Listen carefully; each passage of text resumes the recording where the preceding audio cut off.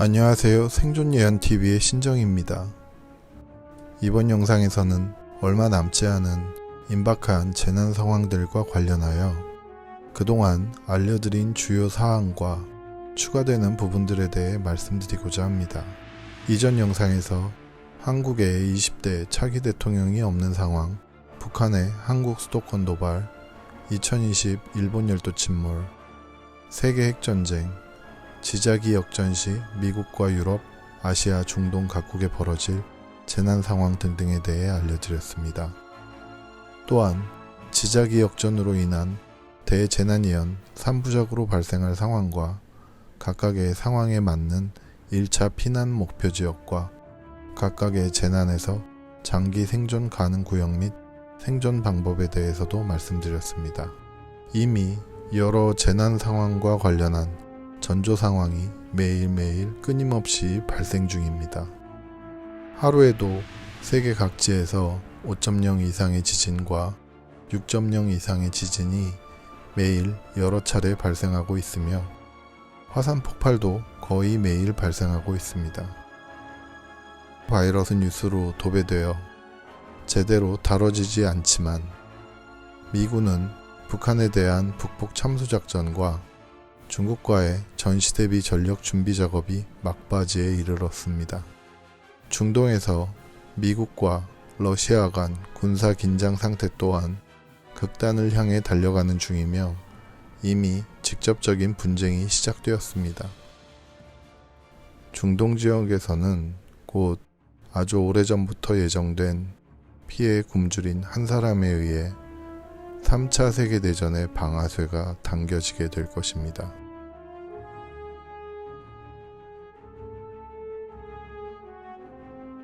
(2020년 7월 24일) 일본은 대지진으로 열도 침몰이 가속화되기 시작합니다.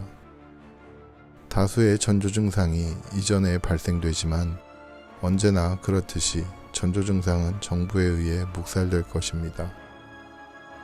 지진은 도쿄를 중심으로 발생하게 되며 이후 일본 열도의 척추를 따라 동시다발적인 지진과 해일로 열도 침몰이 가속화됩니다. 일본이 여러 악재에도 불구하고 강행하려 한 도쿄올림픽 관련 관계자들은 참사를 피할 수 없게 되며 대부분은 같은 운명을 맞이하게 됩니다. 일본 행정부는 연이어 발생하는 재난에 초기부터 기능이 마비되며 거의 무대책으로 최후를 맞이하게 됩니다. 여러 위험 경고에도 불구하고 일본 올림픽 개막식을 관전하기 위해 방문한 관광객들 또한 예외 없이 처참한 최후를 맞이하게 될 것이며 그 어디에도 안전한 피난처는 존재하지 않을 것입니다.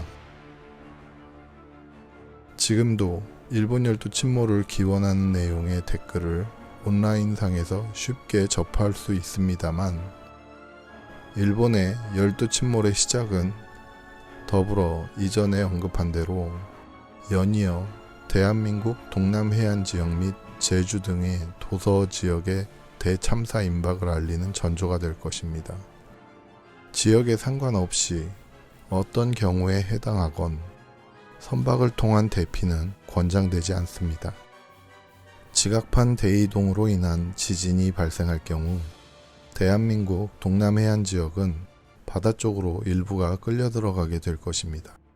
이것이 의미하는 것은 끌려가는 지각판 위에 놓은 건축물과 사람들은 그 자체만으로 생존이 거의 불가능하며 메가쓰나미는 남은 생존율조차 제로로 만들게 될 것입니다. 일본에 계신 분들은 사건이 벌어지기 전에 탈출하셔야 하며 대한민국의 동남 해안 지역 분들은 일본 재난 사태가 벌어지면 즉시 대피하셔야 합니다.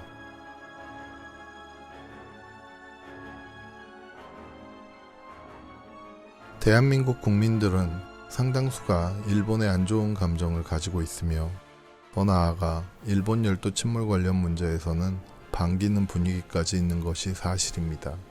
후쿠시마 원전 사태와 방사능 오염 문제에 대해서 일본을 비난하며 남일처럼 생각해왔던 것이 사실입니다. 하지만 대한민국이 환호하는 일본 열도 침몰이 진행되면 대한민국의 동남 해안은 여러 차례의 메가쓰나미로 생존자가 거의 없을 것입니다. 더불어 우리가 비웃던 후쿠시마 원전 문제는 우리의 동해안 지역에 밀집된 원전의 지진, 해일 피해로 인해 우리의 일이 될 것입니다. 동일본 대지진과 원전 사고와 관련하여 일본 정부는 주민 소개령 범위를 현재 20km 정도로 축소하고 후쿠시마를 떠난 주민들에게 돌아갈 것을 종용하고 있습니다. 하지만 약 200km 떨어진 도쿄 지역은 이미 상당한 방사능 피폭이 진행된 상황입니다. 체르노빌 사태 때 러시아 정부의 소개령 범위는 200km였습니다. 대한민국 동남 해안이 일본 열도 침몰로 인해 메가쓰나미와 지진으로 폐허가 되고 2차 피해로 원전 폭발 사태가 벌어지면 각 원전의 인근 50km 지역은 직접적인 방사능 피해 지역이 됩니다. 그리고 장기적으로는 반경 200km 인근 지역은 간접 피폭의 범위에서 자유로울 수 없게 되며 이는 대한민국 전 국토의 약 40%에 해당됩니다. 다만 범위가 겹치는 동남 해안 지역은 쓰나미의 1차 피해 발생 시 이미 대다수의 인명이 희생되는 관계로 방사능 2차 피해는 범위 안에 해당되는 내륙 지역에 집중될 것입니다. 대한민국의 국토 특성상 피난 지역을 감안할 때 200km 범위를 상정하는 것은 다소 무리가 있지만 최소한 100km 이상은 감안해야 한다고 생각합니다.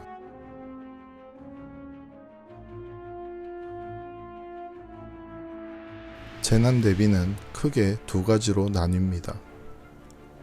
현 거주지를 버리고 뭔가를 가지고 떠나야 하는 경우와 현 거주지를 피난처로 삼고 준비하는 경우입니다.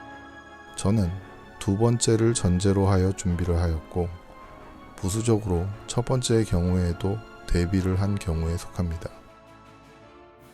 가장 직접적인 대비는 화생방, 식수, 식량, 추위, 질병과 사고 시 수도 차단, 전기와 가스 차단 상황 상정에 대한 것입니다.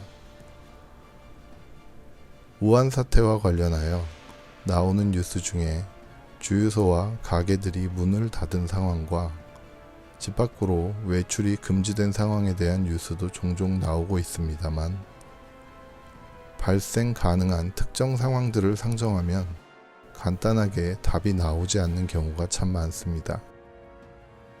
간단하게 전쟁, 지진 상황에서 지금 어디서나 쉽게 구할 수 있는 제품들은 구하지 못하게 된다고 전제하시는 게 맞습니다.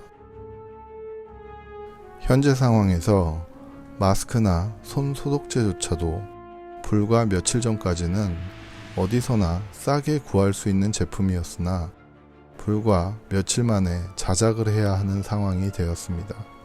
여러 가지 상황 중 병의원이나 약국을 제대로 이용할 수 없는 상황만 상정해도 미리 준비되어야 하는 것들이 참 많습니다. 물론 재벌이 아닌 이상 영화 기생충에 등장하는 최상류층 주택의 지하에 숨겨진 방공호처럼 모든 상황에 완벽한 대비책은 불가능하겠지만 현실에서 여러 상황에 대비 가능한 최소한의 것들은 미리 구비되는 것이 바람직한 대비책이 될 것이라고 생각합니다. 지진에 대한 직접적인 피해 관련해서는 내진 설계 상태를 꼭 확인하시고 2주가 불가능한데 빠른 시간 내에 빠져나가야 하는 상황이라면 피난 가방을 안전한 외부 장소에 비치하는 것도 방법 중 하나입니다. 빠른 피난이 필요할 때는 챙겨야 할 짐이 없는 것이 더 유용할 것입니다. 다만 비치하는 외부 장소가 아파트 지하 주차장에 주차된 자가용의 트렁크는 아니어야 할 것입니다. 마지막으로 이전 영상에서도 자세하게 언급하였습니다만 어떤 재난이든 재난 발생 시 가족 간 결합 시간과 지점 관련 매뉴얼을 플랜 A, B, C로 만들어 구성원이 숙지하는 것이 필요합니다. 재난 시 매뉴얼이 없는 대부분의 가정은 주간에 재난이 닥칠 경우 가족 간 결합 소요 시간으로 인해 피난 골든타임을 놓치거나 이상가족이 되는 부분을 피할 수 없게 됩니다. 제가 언급드리는 모든 재난 상황 발생 시 휴대전화는 무용지물이 될 수 있다는 가정하에 매뉴얼을 만드셔야 합니다. 지금 준비해야 하는 이런 대비책은 몇십 년이나 몇 년 후가 아니라 조만간 사용하게 될지 모를 대비책이라는 것을 간과하지 않으셨으면 합니다.